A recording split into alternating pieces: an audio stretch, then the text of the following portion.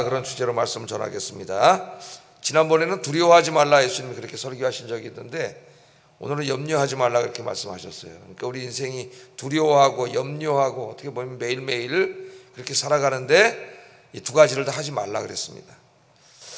자, 뭘 염려하지 말라 그랬느냐? 뭘 먹을까, 뭘 입을까 하는 것을 염려하지 말라 그랬어요. 22절에 보면, 그러므로 내가 너희에게 이르노니 너희 목숨을 위하여 무엇을 먹을까, 몸을 위하여 무엇을 입을까 염려하지 말라, 그렇게 말씀을 합니다.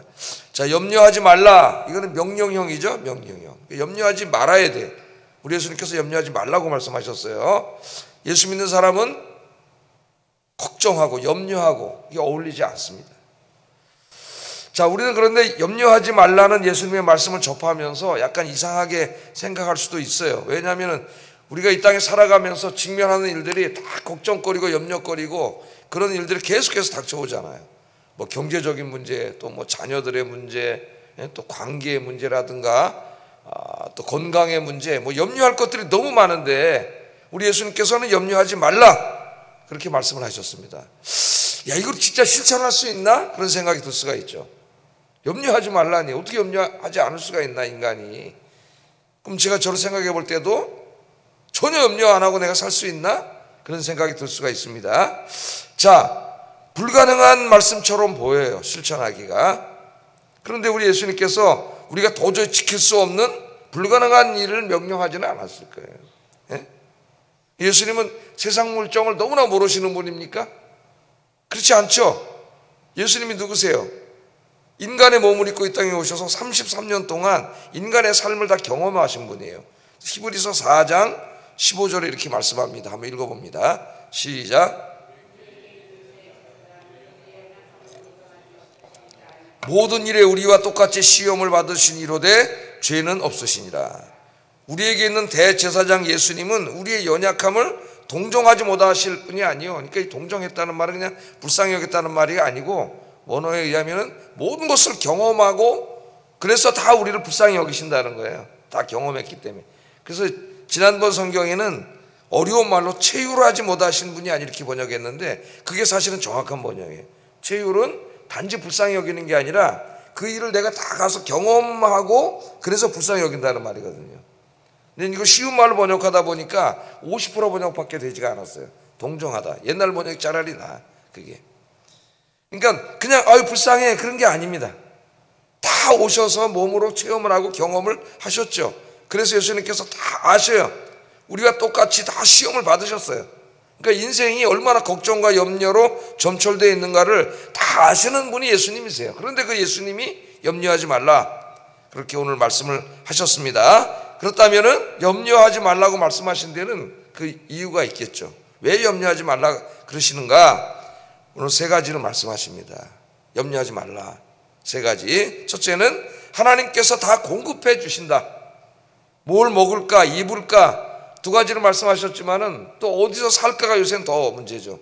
또 금리도 내려가고, 금리가 내려가면 돈이 풀리니까 이게 또 부동산 시장으로 나와가지고 집값이 또 올라갈 확률이 있고, 전세값이 또 올라갈 확률이 있고, 전부 서민의 생활을 옥죄는 이런 일들이에요. 염려거리가 벌써 옵니다. 그러니까 금리가 내려가면 장점도 있지만은 또 단점도 많고, 그러니까 어떻게 보면 경제하는 사람들이 예술이라고 할 수가 있는데, 염려하지 말라는 거 말만 하신 것이 아니라 책임지시겠다는 거죠. 예? 하나님이 다 공급해 주신다 그렇게 말씀합니다. 그러면서 23절에 뭐라 그러시냐면은 목숨이 음식보다 중하고 몸이 의복보다 중하다. 좀 알쏭달쏭한 이런 말씀을 하셔요. 자, 이 말씀은 이 시대의 랍비들이 사용하던 논법입니다. 랍비들이 사용하던 논법이에요. 그래서 제가 이렇게 넘기면은 3단 논법으로 정리를 해왔어요. 자, 랍비들이 어떤 논법을 썼냐면, 몸은 식량이나 의식보다 중요하다. 첫째, 몸은 식량이나 의식보다 중요하다. 맞죠? 몸은 식량이나 의식보다 중요해요. 뭘 먹을까는 음식보다 내 몸이 더 중요한 거죠. 뭘 입을까는 옷보다 내 몸이 더 중요한 거죠. 두 번째, 하나님은 식량이나 의복보다 더 중요한 몸을 주셨다. 예? 셋째, 그러므로 하나님께서 식량과 의복을 주신다는 것은 너무나 분명한 사실이다. 이 랍비들이 사용하던 논법이에요, 이 시대에. 이게 뭘 강조하고 있는 거냐면은 하나님께서 먹는 문제, 입는 문제를 다 해결해 주실 것이니 염려하지 말라. 염려하지 말라 그런 말이에요. 여러분, 저 한 5살 먹은 우리 꼬마 자식들이 있는데 5살, 6살 먹은 우리 애들이 내일 뭐 먹고 살지? 이게 한 달 동안 이게 어떻게 돈 벌어서 먹고 살지? 그런 애 있어요, 없어요? 없죠? 왜 그래요? 엄마 아빠가 있잖아요. 엄마 아빠가 다 먹여주니까 걱정 안 하잖아요. 여러분, 아이가 4살 먹은 놈이 엄마 내일 뭐 먹고 살지? 그럼 여러분 어떻게 했어요? 그러니까 지금 하나님의 마음이 그와 같은 것이죠. 염려하지 말라 그렇게 말씀을 합니다. 하나님이 다 먹여주신다. 니네 음식보다 옷보다 네 몸이 더 중요해. 하나님 그 귀한 몸을 주셨는데 그 몸뚱아리 하나 먹을 거 입을 거 안 줄까 봐 그렇게 염려하느냐. 예수님 말씀하시면서 2가지 이제 비유를 드시는데, 예수님 설교하시는데 보니까 까마귀 한 마리가 날아간 것 같아요. 그때 까마귀 새가 어제 한강에 보니까 이제 날씨가 따뜻해지니까 철새들이 날아와가지고요, 한강에 수백 마리가 새까맣게 앉았어요. 깜짝 놀랍니다. 징그러울 정도로 새들이 쫙 앉아있어요. 작년에도 그래요. 요때만 되면 새들이 와요. 근데 죽지도 않고 또 와요. 좀 있으면 또 누가 찾아옵니까? 우리 이 교회 강남 갔던 제비가 또 싹 또 찾아와서 우리 교회 어떻게 찾아오는지 둥지를 트고 또 여기다 집을 짓고 그러잖아요. 까마귀가 이렇게 날아가는 걸 보고 예수님이 이렇게 말씀하십니다. 24절에 읽어봅니다. 시작.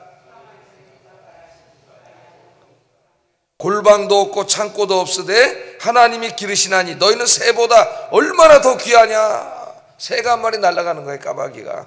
저 까마귀 봐라. 예수님 그러죠. 까마귀를 봐라.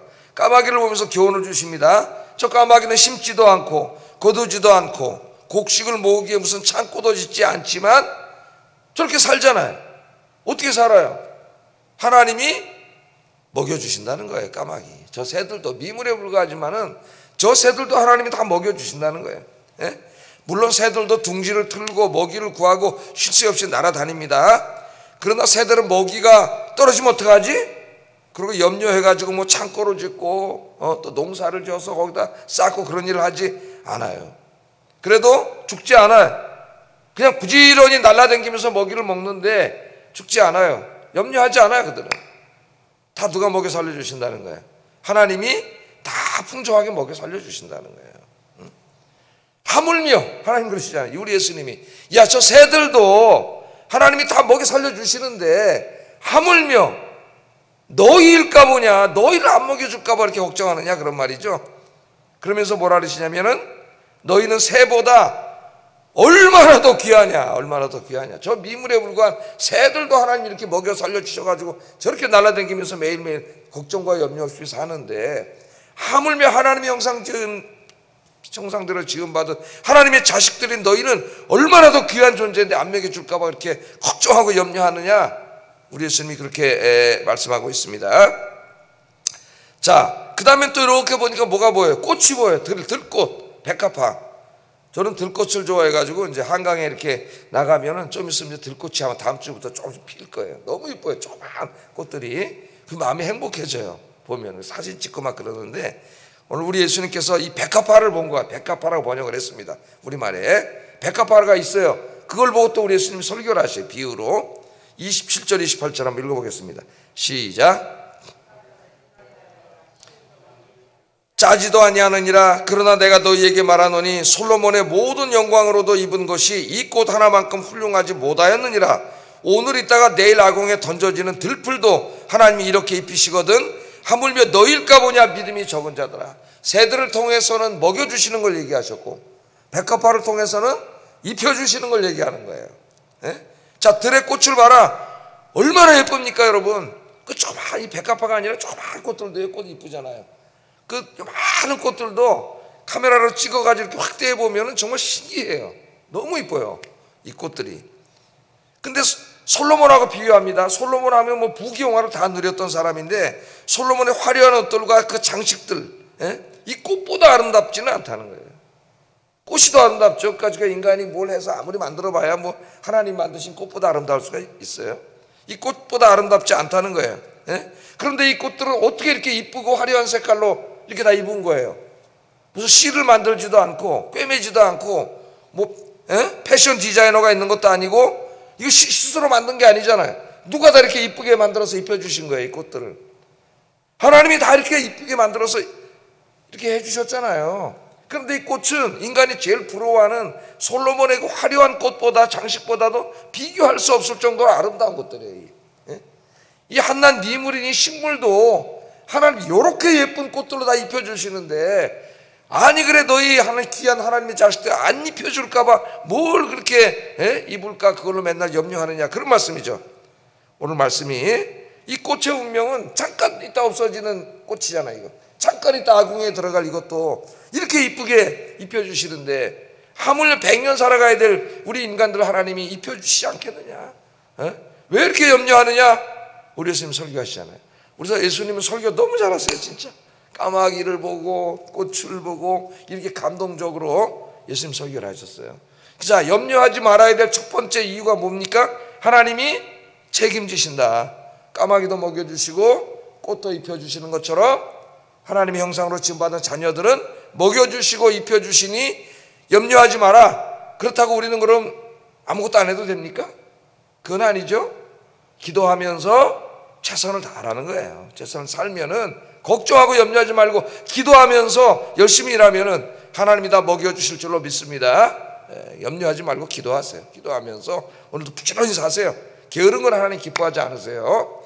이게 아무 일도 하지 말라는 얘기가 아니에요. 그냥 난 기도만 하면 하나님 입에다 넣어준다는 말이 아닙니다. 염려하지 말라는 거예요. 하나님 아빠 의지하고 기도하면서 하나님 주신 여러분 일터에서 열심히 일하라는 겁니다.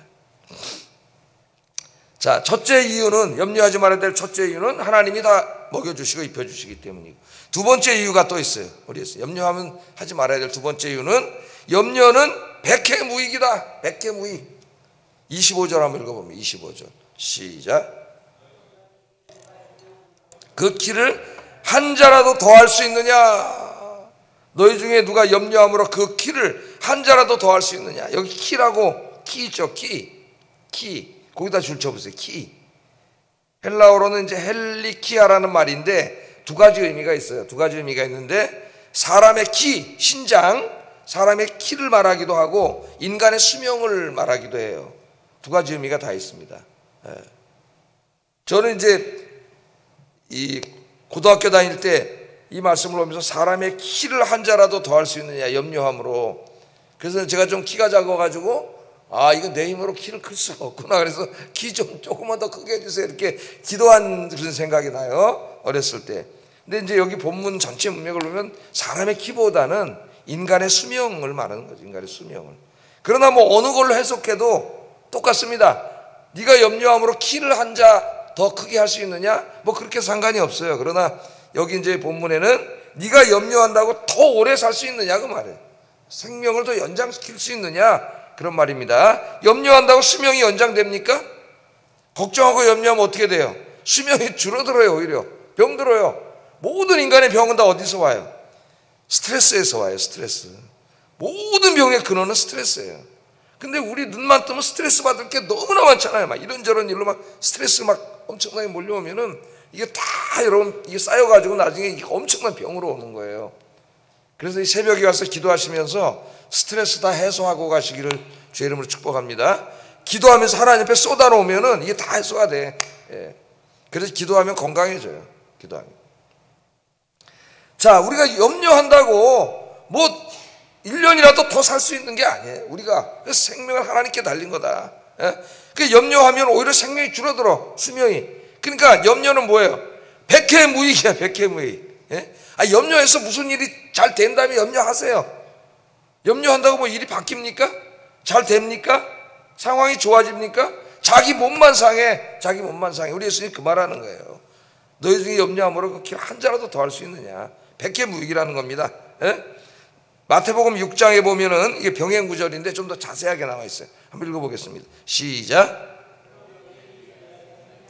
내일 일은 내일 염려할 것이요 한날의 괴로움은 그날로 족하니라.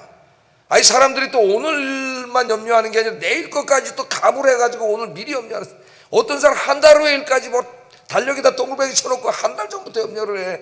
그러니 그 사람이 어떻게 되겠어요? 건강이나 모든 부분이 우울증도 찾아오고 막 다 병들어 버리는 거예요. 내일 일을 위하여 염려하지 마. 내일 일은 내일 염려하면 되잖아요. 내일은 내일에 태양이 뜨고, 오늘 하루 하나님이 이렇게 눈뜨게 하셨을 때는 오늘 하루의 인생길 지켜주실 줄로 믿습니다. 또 내일 눈 뜨면 또 하나님 내일 또 다 지켜주셔요. 하나님 살아계시잖아요. 그러니까 염려하지 마세요. 염려는 백해무익이고 자기 인생을 망칠 뿐이에요. 염려하지 말고 뭐 하면 돼요? 기도하면 돼. 기도하면 걱정도 사라지고 염려도 사라지고 마음이 편안해져. 기도하세요. 여기 오신 분들이야 뭐 새벽에 오시는 분들이니까 이 부분에 염려할 게 없어. 세 번째, 왜 우리가 염려하지 말라고 말씀하셨느냐? 세 번째, 염려하지 않아야 될 이유는, 염려하는 것은 그리스도인의 삶이 아니고 이방인들, 하나님을 알지 못하는 사람들의 삶의 방식이기 때문입니다. 자, 왜 그런가? 29절 30절 읽어보겠습니다. 시작.